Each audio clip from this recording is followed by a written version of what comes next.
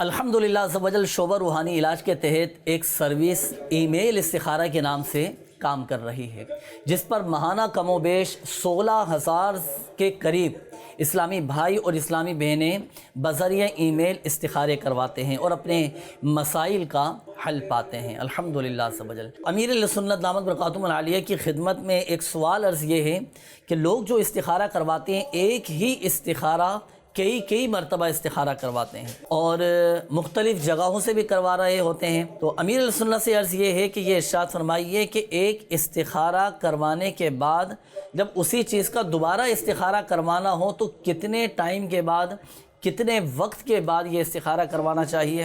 کیونکہ بعض اوقات لوگوں کو دیکھا گیا ہے کہ وہ 2-4 جگہوں سے استخارے کروا لیے اور بعض اوقات جوابات مختلف آ جاتے ہیں، اشارے مختلف مل جاتے ہیں، تو اب ایسی صورت میں استخارے کے کس جواب پر عمل کیا جائے؟ اور یہ بھی ارشاد فرما دیجیے گا کہ استخارہ کتنی مرتبہ کروانا چاہیے، ایک دفعہ کروائیں یا بار بار استخارے کروانے چاہیے؟ انڈرسٹوڈ ہے کہ استخارہ آپ نے ایک سے کروا لیا، اس نے رزلٹ بتایا، جو بھی بتایا، دوسرے سے کروایا، اس نے کچھ اور بتایا، آپ تو ہوئے کنفیوز۔ اب کیا کریں؟ اب ایک نے بتایا کہ اثرات ہیں، دوسرے سے استخارہ اس نے کہا نظر ہے، اور تیسرے سے استخارہ کر رہا اس نے کہا بیماری ہے۔ اب آپ تو کہیں نا کام سے کہ عمل کس پر کریں، تو اپنے اوپر کیوں مصیبت لیتے ہیں یار؟ یک درگیر و محکم گیر، تو ایک دروازہ پکڑ لیں، جو آپ کے نصیب، جو ایک سے کرا تو اس پر عمل کریں، کیونکہ یہ استخاروں کے ذریعے یقینی علم تو حاصل ہوتا ہی نہیں ہے، ہوتا ظنی ہے۔ استخارہ کرانا چاہیے، حدیثوں میں بھی ترغیب موجود ہے، لیکن ویسے ہی عرض کر دوں کہ یہ وہ ذریعہ نہیں ہے جس سے یقینی طور پر غیب کی بات معلوم پڑ جائے۔ یہ ایک مشورہ ہے، سمجھے، اس طرح کا، اور اللہ تعالیٰ سے بھلائی چاہنا، استخارہ کرنا۔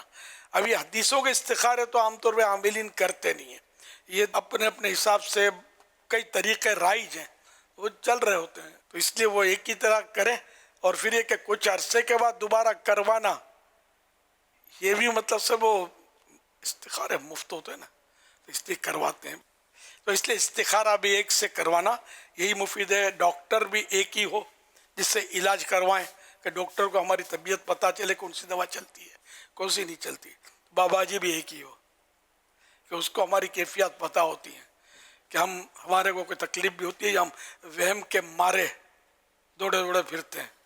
کئی لوگ وہم ہی ہوتے ہیں، ان کو کچھ بھی نہیں ہوتا، ان کا علاج اپنے ہاتھ میں ہوتا ہے کہ اپنے ذہن سے اس خیال کو جھٹک دیں کہ مجھے فلاں چیز ہے، دیٹس آل۔ اسے علاج ہو گیا، تعویذ بھی ہو گیا، دم بھی ہو گیا، درود بھی ہو گیا، دھاگا ہو گیا، اس کا سب کام ہو گیا۔ صلو علی الحبیب صلی اللہ علیہ وسلم۔